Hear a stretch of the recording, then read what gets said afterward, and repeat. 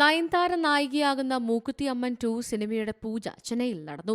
നയൻതാരയുടെ hit ചിത്രമായ മൂക്കുത്തി അമ്മന്റെ രണ്ടാം ഭാഗമാണ് പുതിയ ചിത്രം. അരൺമനെ 4 സംവിധാനം ചെയ്ത ശേഷം സുന്ദർ സി സംവിധാനം ചെയ്യുന്ന ചിത്രമാണിത്. നടൻ യോഗി ബാബു ഉൾപ്പെടെയുള്ളവർ പൂജാ ചടങ്ങിൽ പങ്കെടുത്തു.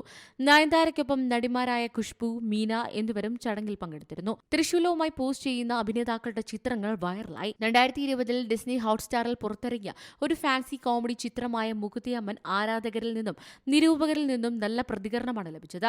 RJ ബാലാജിയും NJ ശരവണനും ചേർന്ന് സംവിധാനം ചെയ്ത ചിത്രത്തിൽ RJ ബാലാജി, ഉർവശി, സ്മൃതി വെങ്കട്, മധു മൈലാങ്കോടി, അഭിനക്ഷത്ര എന്നിവർ പ്രധാന കഥാപാത്രങ്ങളെ അവതരിപ്പിച്ചു. Wilds Film International, Rowdy Pictures, Abni Cinemax എന്നിവർ സംയുക്തമായിട്ടാണ് മൂക്കുത്തി അമ്മൻ 2 ചിത്രം നിർമ്മിക്കുന്നത്. ചിത്രത്തിന്റെ ഷൂട്ടിംഗ് മാർച്ച് 15 ആരംഭിക്കും.